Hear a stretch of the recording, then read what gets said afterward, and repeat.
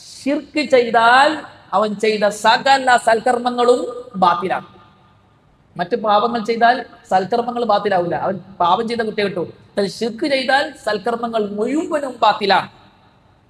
വലഖദ് ഊഹിയ ഇലൈക വഇല الذين من قبلك لئن أشركت ليحبطن عملك ولتكونن من الخاسرين.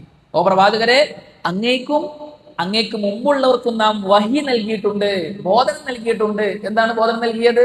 ലഇൻ അശ്റക്ത ലയഹ്ബത്വന്ന അമലുക്.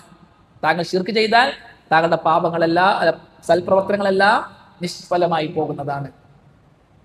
എല്ലാ പാവവും നിഷ്ഫലമായി പോകും, ഒന്നും സ്വീകരിക്കൂല.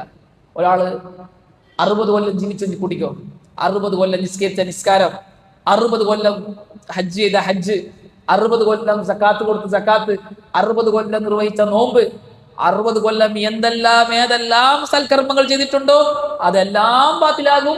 ജീവിതത്തിൽ ഒരിക്കൽ അള്ളാഹു അല്ലാത്തവരെ വിളിച്ച് പ്രാർത്ഥിച്ചാൽ, അയാൾ ദർഗയിൽ പോകുന്ന ആളാണെങ്കിൽ, കബറാളികളോട് തേടുന്ന ആളാണെങ്കിൽ, കബറാളികൾക്ക് നേർച്ച വഴിപാടുകൾ നടത്തുന്ന ആളാണെങ്കിൽ, ഉറൂസ് നടത്തുന്ന ആളാണെങ്കിൽ, മരിച്ചവരെ വിളിച്ച് സഹായം തേടുന്ന ആളാണെങ്കിൽ, ഈ 60 കൊല്ലവും വേസ്റ്റാണ്. അവൻ കാഫിറാണ്, മുശ്രിക്കാണ്, അവന്റെ കർമ്മങ്ങളെല്ലാം നിഷ്ഫലമാണ്.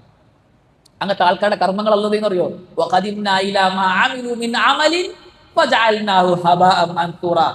ആ കർമ്മങ്ങളൊക്കെ അള്ളെടുത്തിട്ട് കാറ്റിങ്ങ് പറത്തി കളയും, ഒന്നും സ്വീകരിക്കില്ല, ഒക്കെ വേസ്റ്റ്. സക്കാത്ത് വേസ്റ്റ്, ഹജ്ജ് വേസ്റ്റ്, നോമ്പ് വേസ്റ്റ്, എല്ലാം വേസ്റ്റ്. എന്തില്ലാത്തത് കൊണ്ട്? തൗഹീദ് ഇല്ലാത്തത് കൊണ്ട്, ശിർക്ക് ചെയ്തത് കൊണ്ട്, മരിച്ചവരെ വിളിച്ച് പ്രാർത്ഥിച്ചത് കൊണ്ട്, ദർഗയിൽ തവാഫ് ചെയ്തത് കൊണ്ട്, ദർഗയിൽ നേർച്ച വഴിപാടുകൾ നടത്തിയത് കൊണ്ട്, എല്ലാം മാത്രമേ